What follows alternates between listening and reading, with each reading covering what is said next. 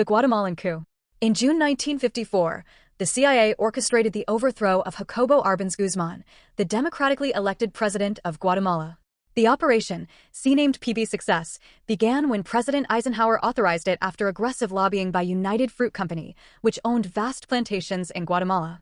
Arbenz had won the presidency in 1951 and launched a land reform program that redistributed and used land to poor farmers. The reform primarily affected United Fruit, which owned more than 550,000 acres, but cultivated only a small fraction. The company held enormous political influence in Washington. Secretary of State John Foster Dulles and his brother, CIA Director Allen Dulles, had previously worked as lawyers for United Fruit. They portrayed Arbenz as a communist threat despite his democratic election.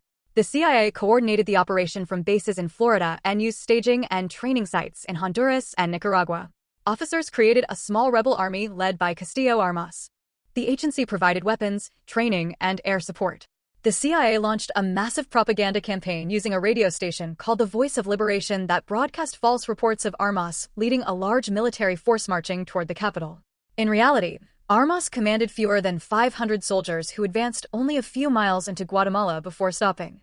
The psychological warfare proved decisive. On June 18, 1954, aircraft flown by CIA pilots bombed Guatemala City. The raids caused minimal damage but created widespread panic. President Arbenz, believing he faced a massive invasion, refused requests to distribute weapons to civilian volunteers. On June 27, facing pressure from military officers influenced by CIA propaganda and bribes, Arbenz resigned and fled to Mexico. The coup created the conditions that led Guatemala into a civil war beginning in 1960, which lasted 36 years and killed more than 200,000 people. Operation Chaos. From 1967 to 1974, the CIA ran a massive domestic surveillance operation called Operation Chaos that spied on thousands of American citizens engaged in legal political activities. The program began after President Lyndon Johnson asked CIA Director Richard Helms to investigate whether foreign governments were controlling the anti-war movement. Johnson suspected communist countries were behind protests against the Vietnam War.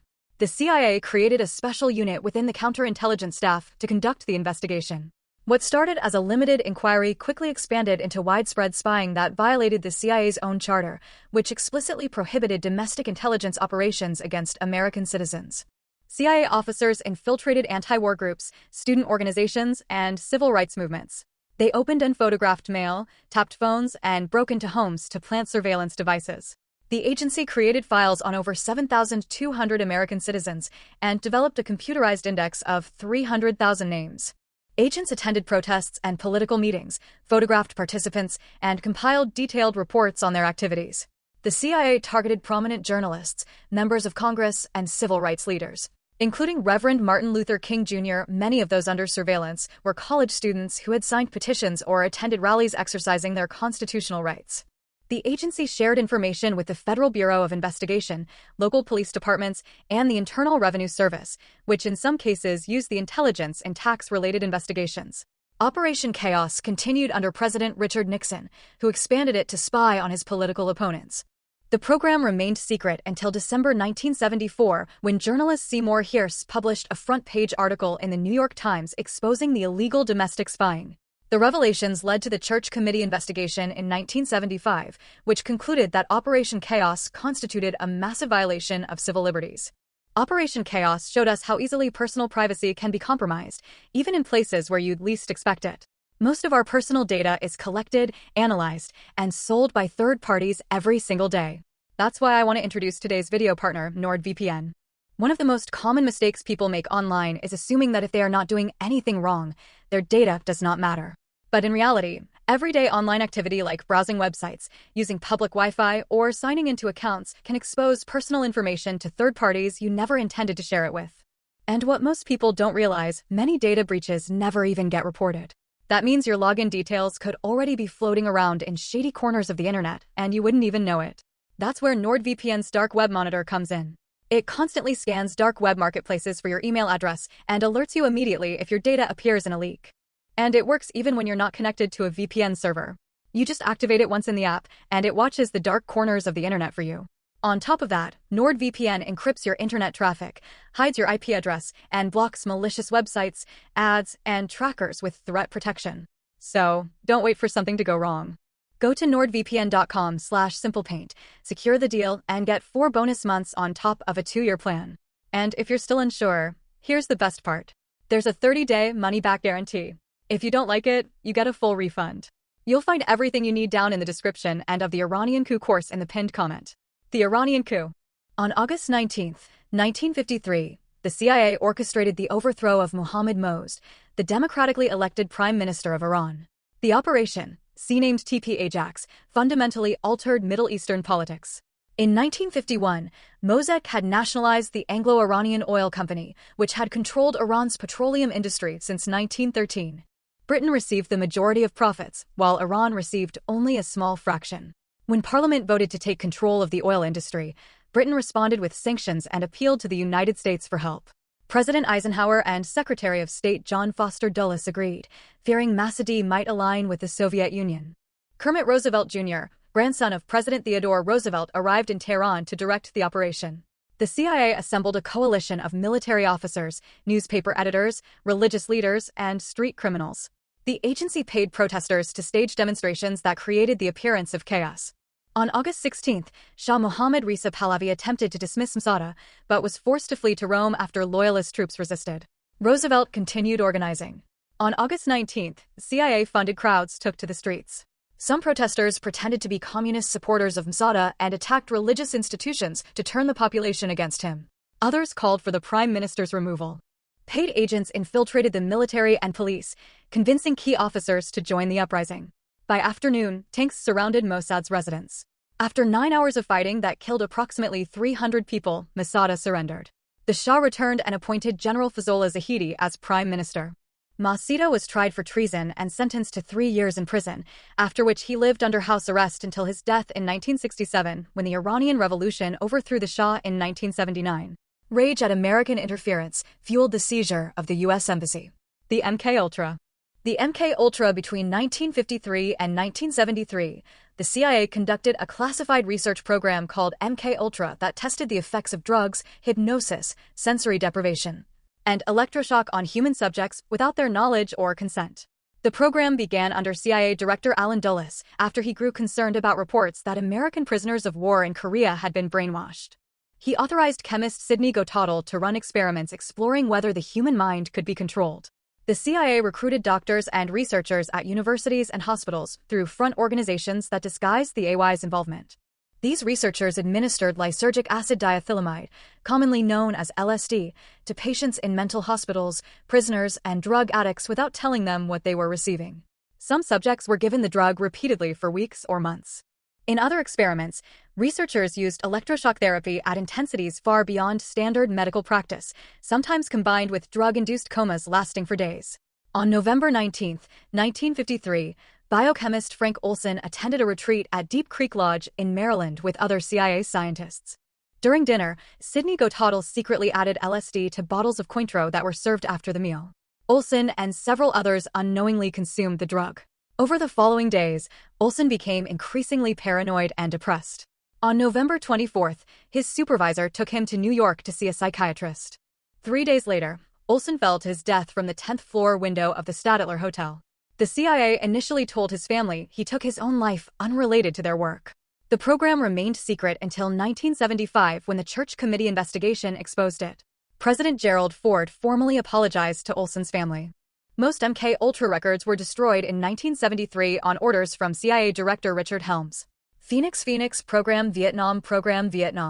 During the Vietnam War, particularly between 1968 and 1972, the CIA directed a program called Phoenix that aimed to destroy the Viet Cong infrastructure through capture, interrogation, and assassination. CIA officer William Colby designed Phoenix to target Viet Cong political organizers, tax collectors, supply officers, and other civilians who supported the insurgency in South Vietnam. The agency created provincial interrogation centers throughout the country where suspects were held and questioned. American advisors trained South Vietnamese units in interrogation techniques that included electric shock, water torture, and severe beatings. Many detainees had been identified through unreliable intelligence or paid informants seeking reward money. The program offered cash bounties for captured Viet Cong members, which encouraged false accusations. South Vietnamese forces conducting operations often killed suspects rather than capturing them because commanders received credit for eliminations regardless of whether targets were taken alive. Between 1968 and 1972, Phoenix was responsible for the deaths of at least 20,000 people, though some estimates place the number as high as 40,000. The South Vietnamese government's own statistics reported that over 26,000 suspects were killed during this period. American officials acknowledged that many victims were not actually members of the Viet Cong infrastructure, but were farmers or civilians who had been misidentified or deliberately targeted for personal reasons. In 1971, William Cabe testified before Congress that Phoenix had eliminated 20,587 members of the Viet Cong infrastructure. Critics argued that Phoenix constituted a war crime and violated the Geneva Convention's protections for civilians. Despite the killings, the Viet Cong infrastructure survived throughout the war. The program remains controversial as an example of counterinsurgency methods. Black Sites rendition. After Black Sites rendition the September 11, 2001 terrorist attacks, the CIA established a network of secret prisons in countries around the world where terrorism suspects could be interrogated without legal protections or oversight. The program, known as Extraordinary Rend, involved kidnapping suspects and transporting them to covert facilities called Black Sites. President George W. Bush authorized the CIA to capture and detain members of al-Qaeda using methods that would not be permitted under American law. The agency opened secret prisons in Thailand, Poland, Romania, Lithuania, and Morocco. CIA officers captured suspects in various countries with assistance from local intelligence services. In some cases, agents grabbed individuals off streets without warrants or formal charges. The prisoners were taken to Black Sites where interrogators used techniques that the CIA called enhanced interrogation, but that critics described as torture. Detainees were subjected to waterboarding, which simulates drowning. Some prisoners were waterboarded dozens of times. Interrogators also employed sleep deprivation, keeping detainees awake for up to 180 hours, sometimes while shackled in standing positions. Other techniques included confining prisoners in small boxes and subjecting them to extreme temperatures. At least 119 individuals passed through the Black Site program between 2002 and 2006. Many were held for months or years without access to lawyers and without being charged with crimes. The CIA kept the program secret from most members of Congress. Several prisoners died in custody. In November 2002, a detainee named Gul Rahman froze to death in a secret prison in Afghanistan after interrogators stripped him and left him chained to a concrete floor in freezing temperatures. In 2014, the Senate Intelligence Committee concluded that enhanced interrogation techniques were more brutal than the CIA represented and that the interrogations did not produce unique, actionable intelligence that could not have been obtained through Operation Northwoods' lawful methods. Operation Northwoods.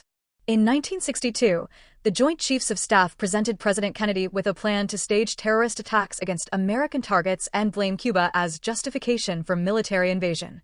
The proposal, called Operation Northwoods, remains one of the most disturbing declassified documents in American history. After the failed Bay of Pigs invasion in 1961, military leaders sought another opportunity to overthrow Fidel Castro.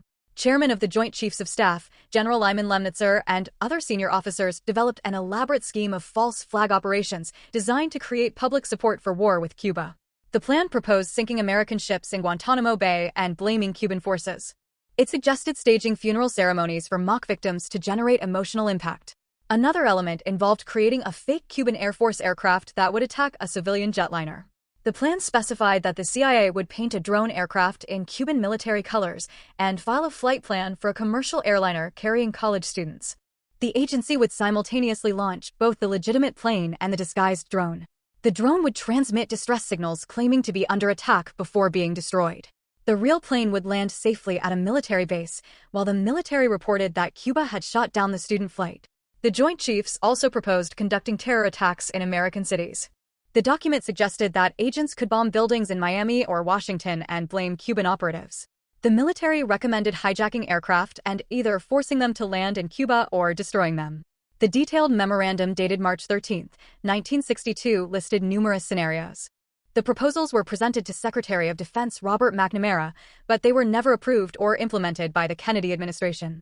He rejected the plan and made clear that such operations would never receive authorization.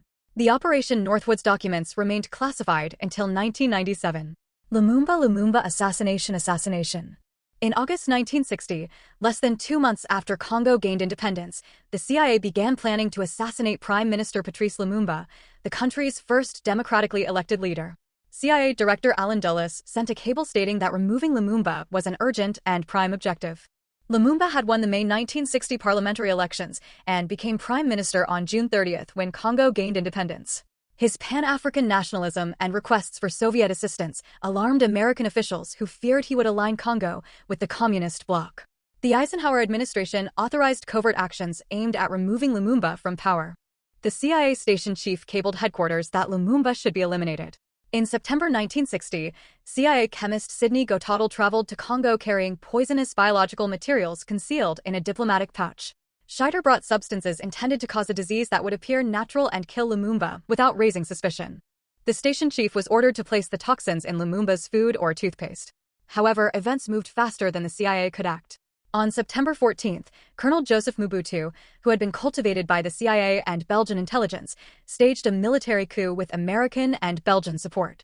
Mobutu arrested Lumumba and held him under house arrest while debate continued in Washington about whether to kill him. On December 1st, Lumumba escaped and attempted to reach supporters, but was arrested by Mobutu soldiers on December 2nd. For 7 weeks, Lumumba remained imprisoned while the CIA and Belgian intelligence discussed his fate with Mobutu. On January 17, 1961, Lumumba was flown to Katanga province and handed over to separatist forces. That same night, Belgian police officers and Katangan soldiers executed Lumumba and 2 colleagues.